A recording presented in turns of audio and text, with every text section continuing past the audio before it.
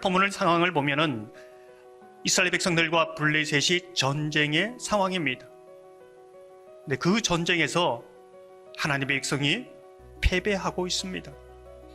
오늘 이스라엘 백성들은 이 패배를 만회하기 위해서 하나님의 임재의 상징인 언약궤를 전쟁터로 가지고 나가고 있는 것이지요. 3절 후반절을 보면 이렇게 말씀합니다. 여호와의 언약궤를 실로에서 우리에게로 가져다가 우리 중에 있게 하여 그것으로 우리를 우리 원수들의 손에서 구원하게 하자니. 그런데 그 결과는 어떻습니까? 첫 번째 전쟁보다 더 처절하게 패배하고 맙니다. 이 장면을 보면서 여러분은 어떤 질문을 던지고 있습니까? 저는 이런 질문을 던져봅니다. 언약궤 자체에 정말 능력이 있는가? 언약궤가 하나님을 대신할 수 있는가? 언약궤가 하나님의 임재를 보장해 주는 것인가? 여러분은 어떻게 생각하십니까? 언약궤는 하나님이 아닙니다. 하나님께서 인간을 통해 만들어낸 것들이지요. 그런데 사사시대 백성들은 이 언약궤를 하나님처럼 우상처럼 섬겼습니다. 이 언약궤가 하나님의 임재의 상징인데 우상이 되어버린 것이지요.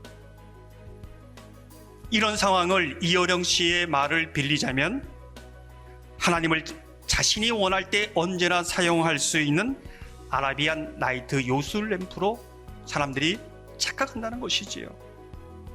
내가 하나님께 가서 하나님 어떻게 해야 될까요? 하나님이 기뻐하시는 것이 무엇입니까? 이렇게 물어야 되는데 그렇게 하지 않는다는 것이지요. 제가 종종 말씀드리지만은 십자가 자체에는 능력이 없습니다.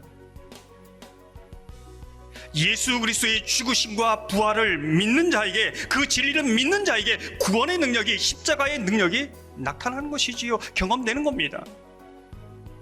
광야의 노뱀 르수단의 능력이 있는 것이 아니지요.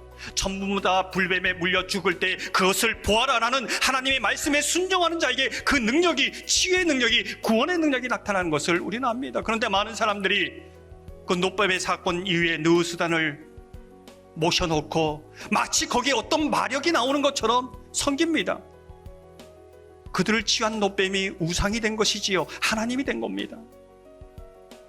하나님이 왜 그 어떤 것도, 우리가 거룩하다고 생각하는 그 어떤 것도, 심지어는 하나님의 거룩한 사역조차도 우상이 될 수 있다는 것을 깨닫게 되었습니다.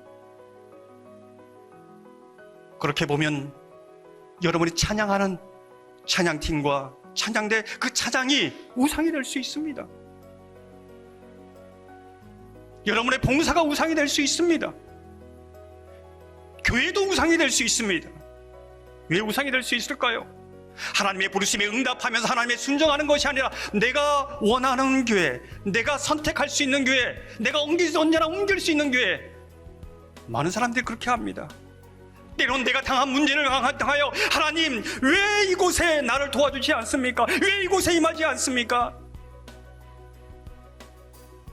구름기둥과 불기둥 안에 있는 것이 아니라, 그 임재 안에서 바라보는 것이 아니라 뛰쳐나와서 왜 하나님이 나를 도와주지 않는다고 말하고 있지는 않습니까? 블레셋이 언약궤를 빼앗았기 때문에 하나님이 조롱받고 있고, 하나님을 조롱하는 저 블레셋이 나의 적이라고 생각하고 있지 않습니까? 블레셋이 그러나 적이 아닙니다. 내가 그 구름기둥과 불기둥 안으로 들어가야지요. 내가 그 말씀의 안으로 들어가서 하나님의 말씀을 듣고 하나님의 임재 가운데 나아가는 것이지요. 지난주에 말씀드렸던 것처럼 말씀하옵소서 주의 종이 듣겠나이다, 이 고백으로 나아가는 것이지요. 거기서부터 회복의 역사가 일어나는 겁니다. 사랑하는 성도 여러분, 여러분의 우상은 무엇입니까?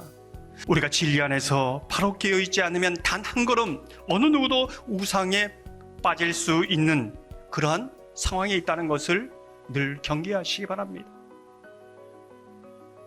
그리고 하나님과 그 말씀 안에서 그 하나님의 임재를, 하나님의 능력을, 하나님의 영광을 경험하며 이 땅에 믿음으로 살아가는 저와 여러분 되기를 주님의 이름으로 축원합니다.